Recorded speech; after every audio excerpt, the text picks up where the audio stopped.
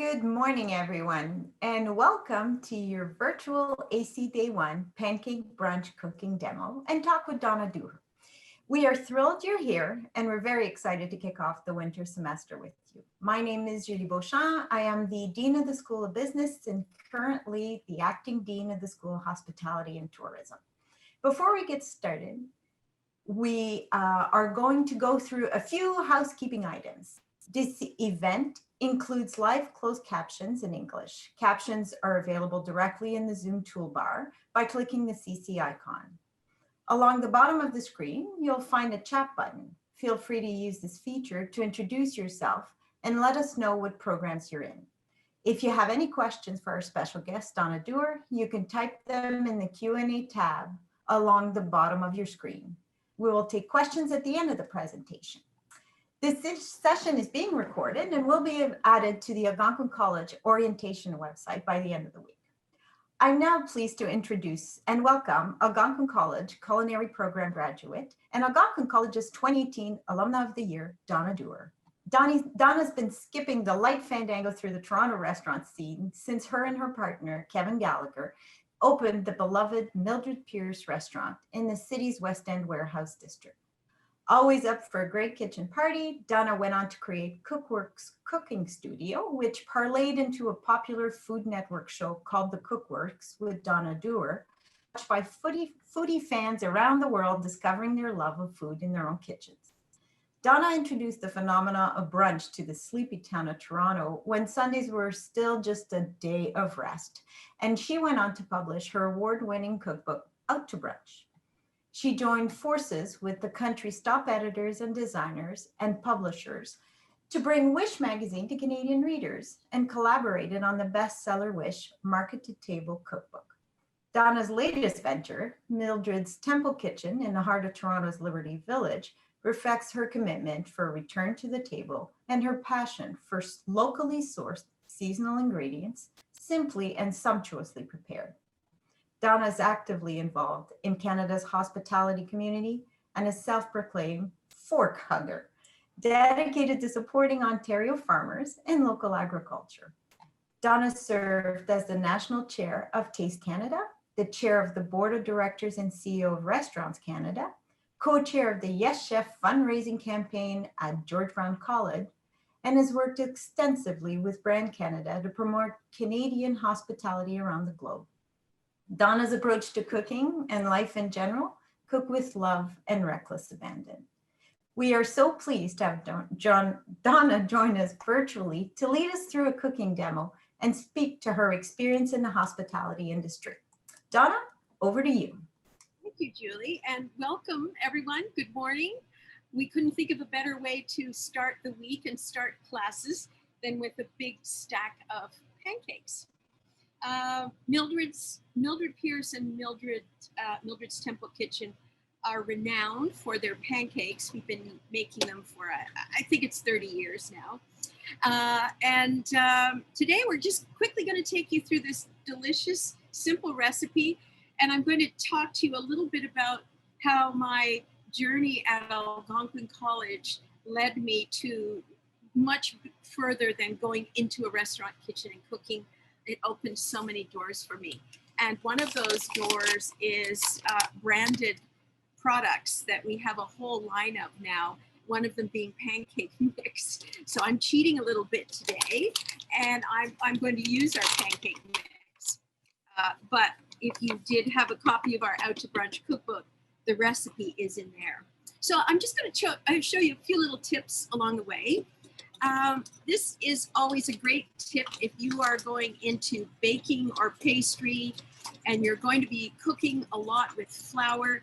I always use my whisk to lighten up the flour and make sure any other ingredients, dry ingredients that are in there are lightened up and well mixed. So that's my first task with the whisk. And then we move on to our dry ingredients. So in this recipe, we're using 2 cups of buttermilk and 3 eggs. I'm getting used to the position of the Zoom, and 1/3 of a cup of melted butter. So we're going to quickly mix these together. Again, I'm going to use the whisk. Add the eggs in. Now, we're not looking to aerate these. We're just looking to break up the yolks and incorporate some of the whites. We're not making a souffle today. We're just making pancakes, although they do puff up like souffles. It's quite remarkable. And then we're going to add a little bit of melted butter, about 1/3 of a cup. It doesn't have to be clarified butter, just melted, and about room temperature because you don't want it to cook your eggs. Now, Julie and I were talking about pancakes last week, and she was asking me for a few of the tips and tricks. And this one I think is probably the most important, and that's mixing the wet into the dry. So it always goes wet to dry. That's the general rule of thumb. I'm going to pour it all in at once. Use your spatula. One of my instructors at Algonquin years ago said your best friend in the kitchen was your spatula. Nothing goes to waste. And to this day, I tell this to my team in the kitchen as well. Our food is precious, it's expensive, and we don't want to waste. So the next thing you're going to do is mix these ingredients together and, you know, get a little rough in there. But you want lumps. Lumps are good in pancakes. I know that sounds crazy, but it's true. Take it from me. I've made thousands of pancakes over the years, and I can tell you your lumps are good. I don't want to overmix this batter either. And I think this is about as far as I'm going to take it. It's already starting to activate. I can see all of the leavenings that are in there being activated by the buttermilk. So it's ready to go. And now I'm going to start to cook the batter. So I'm going to move this over just a tad. The other thing that's really critical now, this is this is me cooking on Zoom. The pan that you're going to use really needs to be a heavy, solid pan. I'm using cast iron. It's one of my favorite types of pan for cooking on. And you want to have a nice even heat that's well distributed. And that's why the quality of the pan is so important. That was another thing when I was going to culinary school, was I had the opportunity to use high quality equipment that we would be using out in the workforce, and also how to look after that equipment, because these things are expensive. And when they're in good shape, they will always give you great result. So I'm going to let the pan warm up a little bit. And of course, people always want to know, well, how hot should the pan be? And I like to sprinkle a little bit of water on it and give it a go. Also use a scoop. Here we go. Do that.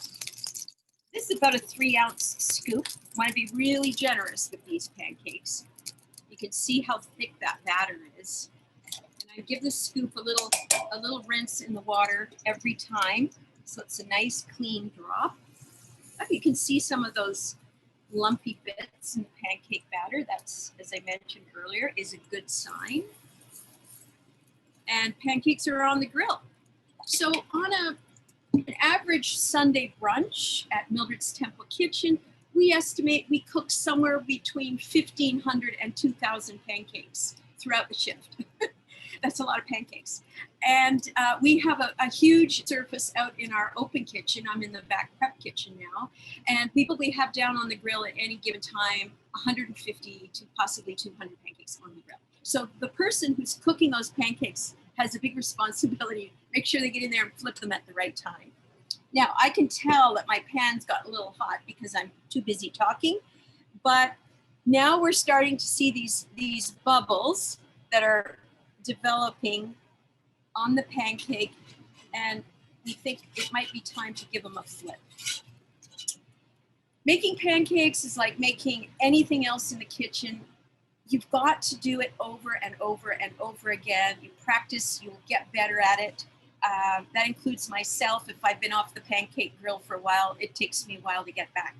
And Julie, you and I were also talking about the first pancake is usually the kids' pancake or you know, someone who's not in your good favor, perhaps. I always say the last pancake, it's like the last omelet, is the chef's omelet because it's always perfect. So I'm going to give these a flip, and you can see they have started to get nice and brown. Got to flip them fast. And as I flip them, they're actually continuing to cook, and you're going to see that they're rising up. I'm not sure how well we can see it on Zoom, but that's what they do. So you've got to keep your pan at a moderate heat, and I think that is a very important tip when you're making your pancakes. Get the temperature right. So we don't have time to watch them cook right through, so I made some ahead of time, and I'm going to show you the final result, which I have right over here. And today, I made an extra high stack, as you can see. That's 4 pancakes. And it's only because it's the first day back at school, and I think everybody needs their fix of pancakes. So we use a maple syrup from Lanark County, which comes just outside of Ottawa.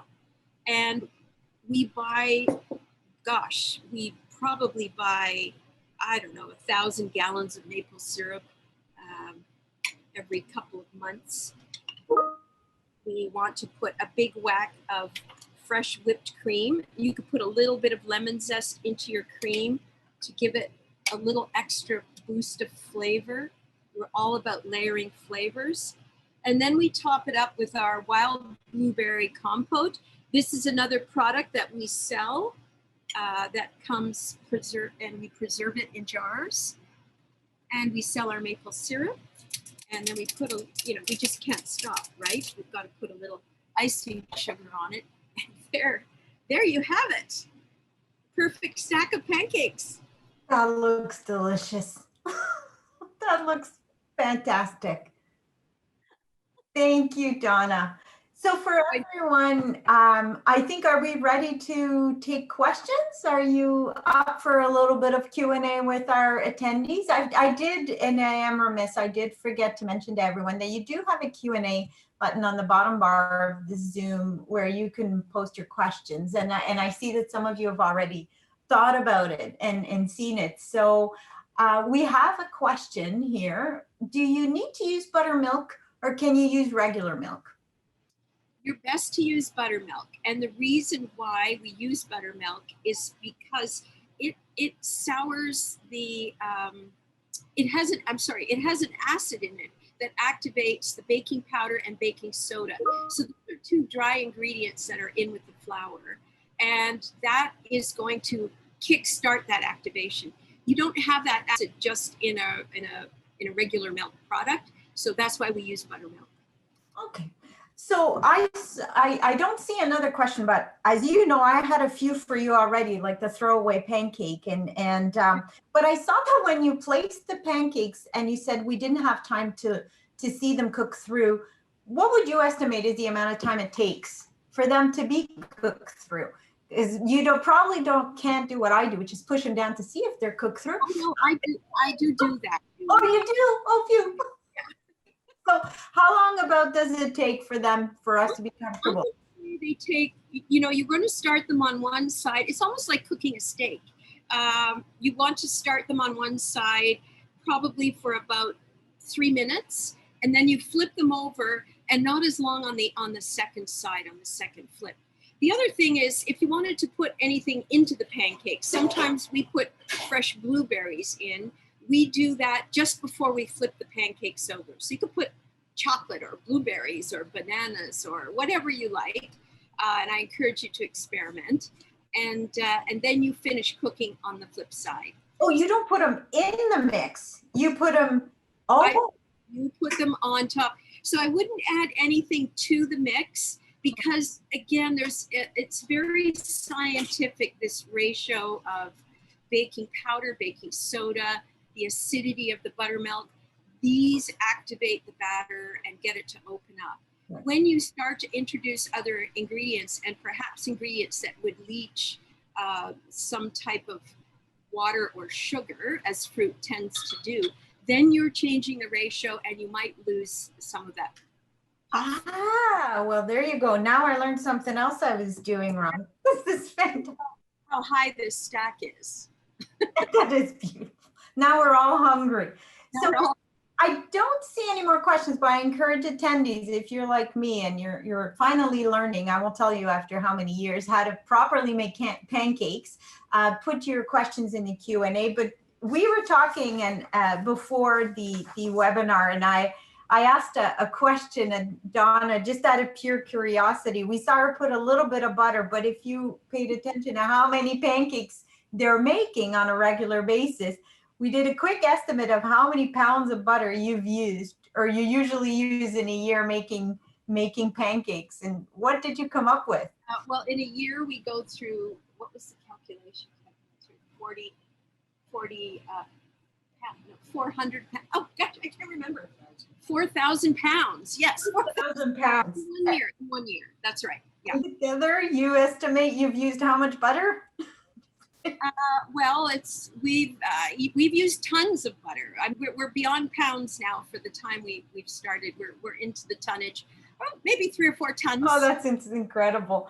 And so when we're in our kitchen putting a little bit, then I suppose it's not comparable. We do have another question. What are your flavors to add to pancakes? Fruity, savory, herbal, otherwise? What would be, I suppose, your recommendation? Well, I would recommend something like a berry. And a berry has a harder skin on it, so it holds up better in the process of cooking. If you put raspberry in, they're very fragile, they break up, and they may let off a lot of sugar and start to burn the pan when you flip the pancake over. But you could put whatever you like. I've seen people put gummy bears into pancakes. Okay. The sky's the limit. But also, savory pancake is wonderful. You could switch out some of the flour for cornmeal, and you could make a much more savory pancake. You could put dry mustards or dry herbs. And we used to do a pancake similar to that, and we'd serve ratatouille on the top of it. It was delicious. Ooh, yes, that would be a delicious lunch. Good one. There's another question. You mentioned using melted butter, but not to use clarified butter. What's the difference? Well, a clarified butter is when you melt butter and you separate the fat from the whey or the milk water. So you get that gold, when you let it solidify, then you get that nice golden crust, and you've got a little bit of that white milk on the bottom. So that hard piece is your clarified butter. And, that's just pure butter. So in the process of making butter and churning it, you're going to get different results. Some pastry chefs need their butter before they actually use it in cooking because they want to extract some of the water out. Some butter has a higher water content than some other butters, and you want butter with lots of fat in it. Perfect. I have a question. So I think in the past, I've seen my grandmother, I think, put oil instead of butter. I suppose would it do the same? Is it something that we should avoid, or if you're stuck and you don't have butter? I think if you're stuck and you don't have butter, oil would work too, Julie. It's the fat that you're looking for in the recipe. The thing we love about butter is the flavor that it imparts. It's so tasty. Absolutely. Okay, I don't see any more questions, and I don't know if there was anything else that you wanted to add or tell us about. Well, I just think it's very exciting for everyone who's coming back to their program today, or anybody who's starting a new program. I know these are challenging times for everyone, cooking on Zoom being one of them. But there are so many opportunities, particularly for people coming through the culinary program. The world is your oyster right now. And again, my goal when I started at Algonquin College was really just to get a job in a restaurant kitchen, which I did do, and I thoroughly enjoyed. And I did go on to, with my partner and my husband, Kevin, we've gone on to have some wonderful experiences in the restaurant business. But there's so much more to hospitality and cooking, and there are just a plethora of opportunities out there. And I encourage everyone to just keep your eyes wide open, because you'll find that perfect niche just for your skills. Oh, thank you. So I have another question. So somebody wants to know how we can make a nice berry syrup for the pancakes. A berry syrup? Yeah. Yeah. Like the one we did, like the compote that we did? Yeah. I'm curious too. Yeah. Very simple. So we just take wild blueberries. Of course, we prefer fresh, but we do live in Canada. So frozen quite often gets used, and you can buy them at the supermarket. And then we just do a ratio of berries to sugar. And we do put a little bit of our maple syrup in there, because we also, not only do we use butter on everything, we use maple syrup on everything too. And you just let it cook down till you get the right viscosity of your compote. We call this a compote, not a jam. A jam would have a different consistency and have a lot more sugar. This is just much looser. So it's almost like a simple syrup in a way, but that's how we do the blueberry compote. So depending on the berries that you use, you might change your ratio of sugar to fruit. Right. So to your point, with the raspberries being, you probably need to add a little more than you would with something as sweet as a peach or something. Yeah, and again, raspberries have a lot of tiny little seeds in them, so you might not like the consistency as much. So you might want to pass it through a sieve. Okay. Yeah, there are many. You know what? It's endless. The possibilities are endless. I'm getting more and more hungry as we're talking. So I am curious and students are starting their journey in hospitality. What's it been like for your business under COVID? And what's your outlook right now? I mean, we have to address the conversation. I'm curious what your insights are at the moment. Well, it's been challenging. There's no question about that. And we have had to embrace the P word, pivot, like everybody else. But I think we were well positioned because we have a fairly well-established brand, which has been helpful for us. And we also have our products from our pantry, so we can put together gift baskets and kits and sell our books. We still do takeout from our hotline. What I'm discovering through all of this, though, is I think there is going to be a shift in the way we approach the business of restaurants. And I think there are opportunities there. I also think there's an opportunity to build a better business model for restaurants, as well as a better environment for people to work in restaurants as well. Because it's tough work. It's tough work, Julie. Yes, it's right now, but I like what you said. I think there's a shift in the industry. There's other opportunities opening up. I love the idea of the gift baskets. I know for the holidays, none of us could shop, and we were looking to things like that, to where can we find them, what can we do? So I like the positivity, and to say I'm curious as to what's coming. I am. Well, I don't see any more questions, and so I don't mind giving you the gift of time, but I want to thank you for everything this morning. It was a very nice way to start the semester. I thought it was a very nice, appropriate topic for a morning, especially in the cold winter days. There's nothing more warm and fuzzy than a good pancake breakfast. So thank you very much for all of this. And on behalf of Algonquin College, thank you. I want to again wish all of our students that are just starting with us, a great term. And I don't know if any of the panelists would like to add anything, but if not, then I say that's a wrap, and we can all go and practice making our own pancakes. Thank you so much, Donna. You're welcome. Have a great day. Have a great day.